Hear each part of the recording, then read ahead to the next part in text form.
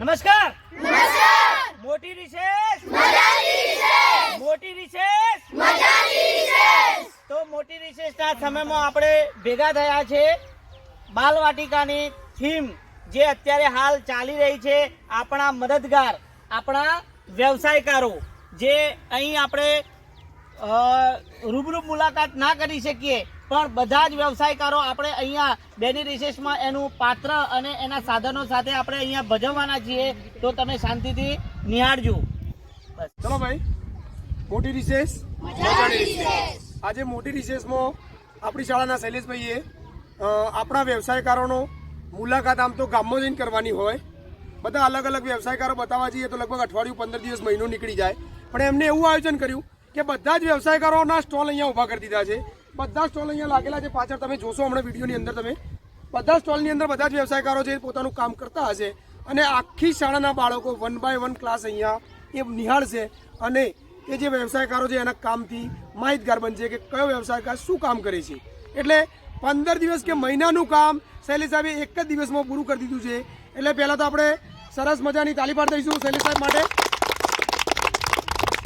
હવે આપણે 1 by 1 બધા સ્ટોલની અંદર જઈને આપણા વ્યવસાયકારો વિશે પરિચય મેળવીશું. બાલવાટિકાના બાળકોનો અભ્યાસક્રમની અંદર આવે છે પણ આખી શાળાને આનો લાભ મળશે એ આપણે બધા શાંતિથી નિહાળીશું.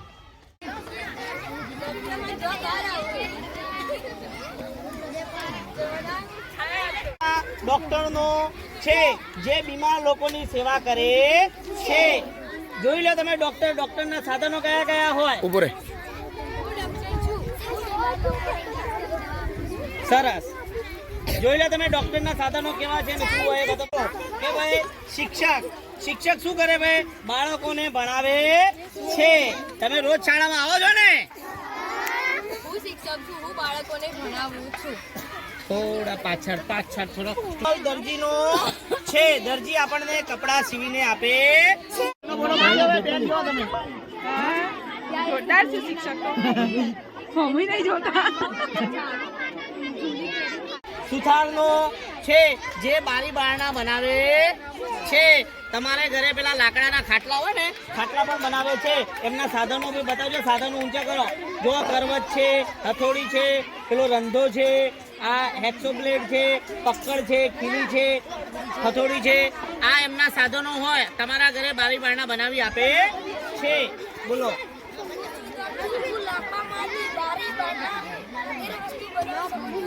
સરસ. હવે આ સ્ટોલ આપણે સોનીનો છે. તમારે કાનમાં બુટ્ટી, નાકમાં નથણી પહેરવી હોય સોનાની તો તમારે કોની પાસે જવું પડે? સોની પાસે જવું પડે. આ સ્ટોલ આપણે સોનીનો છે. જો હાર બનાવ્યા છે, બંગડી બનાવી છે, છડા બનાવ્યા છે, કડું બનાવ્યું છે. આ બધા સોનીનો વ્યવસાય કરે છે. બોલો ભાઈ, સોનીમાં શું આવે? હું સોની છું, હું ઘરેણા બનાવું તેમજ વેચું છું. સરસ, વેરી ગુડ. બોલજો. આ સ્ટોલ માળીનો છે. માળી શું કામ કરે? ફૂલોની ખેતી કરે અને ફૂલમાંથી હાર બનાવીને વેચે છે. જે આપણે લગ્ન પ્રસંગે કે પ્રાણ પ્રતિષ્ઠા મંદિરમાં કંઈક ભગવાનને ચડાવવાનો હાર હોય તો આપણે આ માળી પાસે જઈએ છીએ જે આપણે અવનવા હાર, ગુલાબના હાર, ગલગોટાના હાર બનાવીને આપે છે.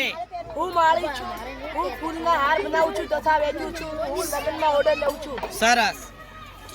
હવે આ આપણા દેશના જવાન એટલે કે સૈનિક છે જે સરહદ ઉપર આપણી ભારત માતાની રક્ષા કરે છે. આપણે ઘરે નિરાંતે સૂઈએ છીએ ને એ આમના પ્રતાપે સૂઈએ છે. સેલ્યુટ કરજો એક સૈનિકને. જય હિન્દ. સરસ. કઠોર પરિશ્રમ કરે છે આપણા માટે. આ બધી ટ્રેનિંગમાં હોય સૈનિકને.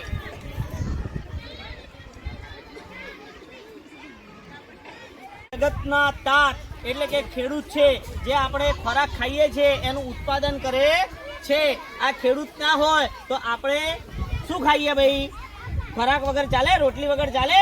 તો આપણે આપણા મદદગાર, આ ખેડૂત પણ આપણા મદદગાર છે. બોલો. હું ખેતી કરું છું. સરસ. શું ઉત્પાદન કરો છો અત્યારે? ઘઉંનું ને રાયડાનું ઉત્પાદન કરું છું. સરસ, વેરી ગુડ. ચાલુ કરો પેલા પાવડાથી.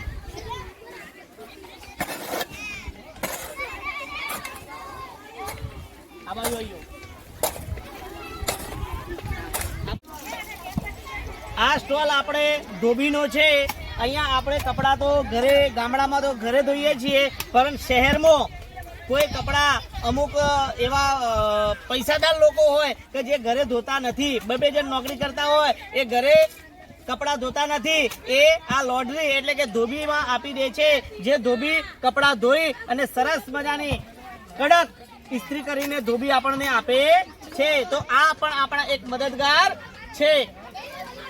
બોલો ભાઈ. હું કપડાને ઇસ્ત્રી કરીને આપું છું. સરસ.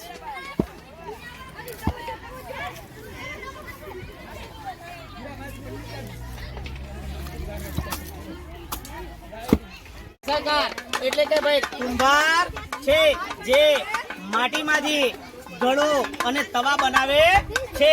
જે એમનો આ ચાકડો છે ભાઈ, આ ચાકડા ઉપર શું બને? આ ચાકડો છે, ચાકડા ઉપર માટીનો પેલો મેકી અને ઘડો બનાવવામાં આવે અને તવ બનાવવામાં આવે, પછી એને પકવવામાં આવે, ત્યારે આપણે અંદર બાટી બનાવી શકીએ છીએ. બોલો તમે. આ બાજુ બેટા, એ દીકરા આ બાજુ, દીકરા. હા, હું કુંભાર છું. હું માટલા અને તવા બનાવું છું. બનાવો.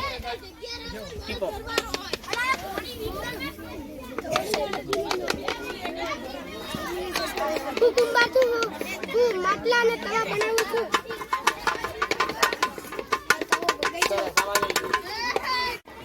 આ સ્ટોલ આપણો ઇલેક્ટ્રિશિયન નો છે. શું ભાઈ? ઇલેક્ટ્રિશિયન એટલે કે આપણા ઘરે પેલી લાઈટ થાય ને, લાઈટ હોય, પંખા હોય, એ જ્યારે આપણે બગડે ત્યારે આપણે ઇલેક્ટ્રિશિયન પાસે જવું પડે, એને તૈયાર કરાવવો પડે. જે બગડ્યો હોય એને તૈયાર આપણને ઇલેક્ટ્રિશિયન આપણને એ પંખો કે ટુબલાકડી કે જે હોય એ ગોળો કે આપણને તૈયાર કરીને આપે છે. આ પણ એક આપણા ખાસ મદદગાર છે. જો આપણે લાઈટ જતી જાય તો ઉનાળામાં કેવું થાય? ગરમી લાગે ને, તો પંખો તૈયાર કરી દેવો પડે ને તાત્કાલિક. એ આપણને ઇલેક્ટ્રિશિયન આપણને મદદ કરે છે. હું બગડેલા ઇલેક્ટ્રિક સાધનોને તૈયાર કરું છું. સરસ. જો આ પંખો પણ બગડેલા સાધનને હું ચાલુ કરું છું. જો પંખો ચાલુ કર્યો છે, બગડેલો પંખો હતો એ ચાલુ કરીને બતાવ્યો છે અમને. સરસ કામ કહેવાય કે? સરસ, વેરી ગુડ, શાબાશ. જો આ સ્ટોલ આપણા વાળંદનો છે, આપણા મદદગાર છે. જો આપણે બાલ કાપેલા ના હોય તો કેવા થઈ ગયા? બાવા જેવા થઈ ગયા ને ભાઈ. તો આપણા બાલ કાપેલા જોઈએ કે ના જોઈએ? જો વધે જાય અને જો કાપેલા ના હોય તો આપણે સારા લાગીએ નહીં. આમનો પણ એક આપણે સરસ મજાનો મદદગારમાં ઉપયોગી એવા મદદગાર છે.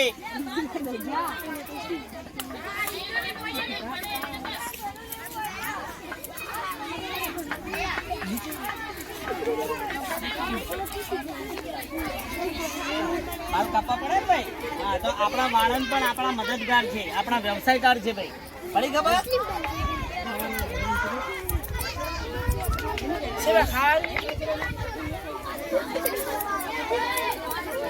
ચલો આ બાજુ આવી જાઓ ભાઈ.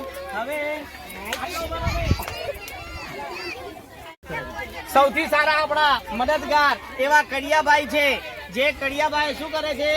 ઇમારતનું ચણતર કામ કરે છે, મોટી મોટી બિલ્ડિંગો બનાવે છે. જો આ ના હોય, કડિયા ના હોય તો શું થાય? આપણે છાપડામાં પડવું પડે, વરસાદમાં પલળી જઈએ. ઘર બનાવવું હોય તો કોનો ઉપયોગ લેવો પડે? આપણે કડિયાભાઈનો ઉપયોગ લેવો પડે. જો કડિયાભાઈ ના હોય તો આપણે વરસાદ, ઠંડી અને ગરમીથી બચી શકીએ નહીં. આ પણ એક આપણા સૌથી મહત્વના મદદગાર છે કડિયાભાઈ, જેમને આપણે મળીશું. હું કડિયો છું. હું ઘરનું ચણતર કામ કરું છું. સરસ. બીજું શું બનાવો છો? હું ઘર બનાવું, હું શાળાઓ બનાવું, હું સારા નવું બનાવું, મોટી ઇમારતો બનાવીએ, મહેલો બનાવીએ. ચાલુ રાખો. આ ડ્રોઈંગ પણ ના આવડે. ના રડી છું. બીજી એમ ન કરાય.